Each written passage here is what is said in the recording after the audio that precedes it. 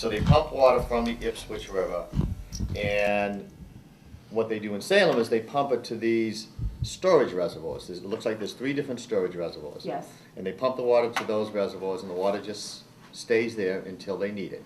As Salem, well in this case I guess it's Salem and Beverly Yes. need water, the water is pumped into a water treatment plant where they treat the water and bring it up to drinking water standards. Mhm. And then from there it's pumped into the pipes that supply everybody water in their homes. Mhm.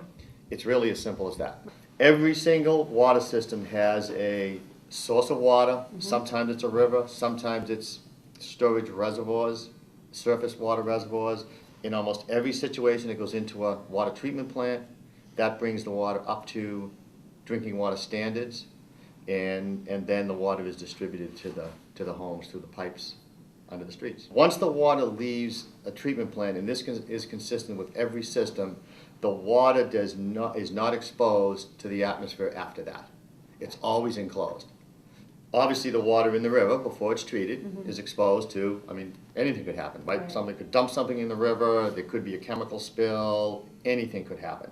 Same thing with the any open reservoirs. Any water that's exposed to the atmosphere in a water system is before the water treatment plant. Once the water is treated, all the water is enclosed. And every system in Massachusetts is like that.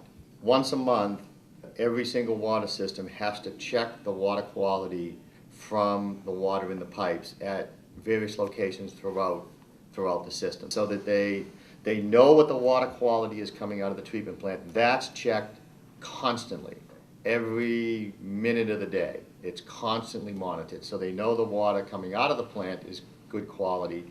Once it gets into the distribution system, which sends the water to the homes, that is checked on a monthly basis throughout the whole city. And then, yes, those results have to be sent out to DEP. The biggest advance in promoting or developing good quality drinking water was disinfecting the water. And it's basically disinfected by using a chemical that's very similar to bleach. The amount of chemicals are so small that, I mean, it's all regulated, all of that is regulated, and they're studying these chemicals all the time. If there was any issue with a chemical, they would stop using it and use another chemical. The association, our primary mission is to restore and protect the Ipswich River. The river has been threatened primarily by low flows, extreme low flows, due to community water supply, taking too much water out. Our overall objective is to have clean water, enough clean water for all the people that depend on the river, but also for the river itself and the creatures that live in the river and all of the uses of the river that depend on the water staying in the river rather than being pumped out of it. The average water use for the state is 67 gallons per person per day residential, and Salem's hovers slightly higher than that, usually in the 67, 68, 69 range.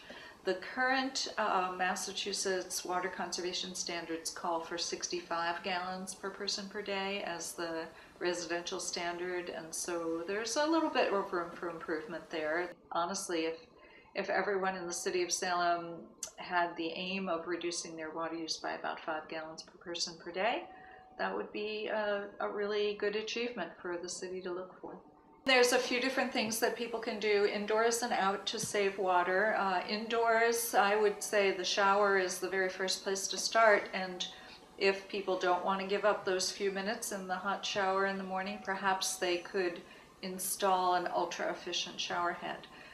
The new ones use only about a gallon and a half of water per minute. If you have an old shower head, you can actually save quite a bit of water that way, and you can save the money that it costs to heat the water. So the energy costs are actually quite substantial, and you can save money on your sewer bill as well. So there's a lot of money savings, and putting in a new shower head is the most cost-effective thing that you can do to save water in your house. The second thing that you can do indoors, if you have older toilets, you really should look into replacing them with an ultra-efficient toilet. And then, of course, outdoors, the biggest thing is to not be watering lawns.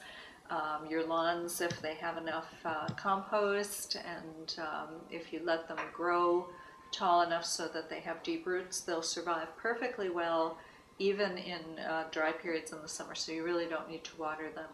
But if you're absolutely determined to water, or if you have a vegetable garden, you might want to install a rain barrel, attach it to the drain spouts, and capture the water that you use that way instead of using the public water supply. We have a cistern here, which is a sort of a fancier, larger rain barrel, and it actually has a filter on it so that any debris that's on the roof would be screened out. We'd be very interested in engaging more folks in Salem. I think that one of the things that has been an issue for Salem is that the city is entirely located outside the watershed boundaries, and the river, of course, itself does not flow right through Salem, so it becomes a little more difficult, I think, for people in Salem to identify with the Ipswich River.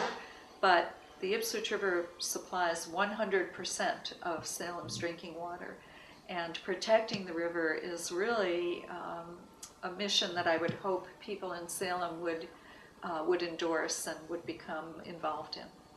There's kind of an issue out there where people are now, kind of wondering whether they should drink their tap water or should I have bottled water. And I think the general consensus is that bottled water is better than tap water, and I would disagree with that. I think they're both of good quality, and what I really like about the tap water is it's a lot less expensive than bottled water. Public works projects for water and wastewater are millions of dollars, and it is the best deal going.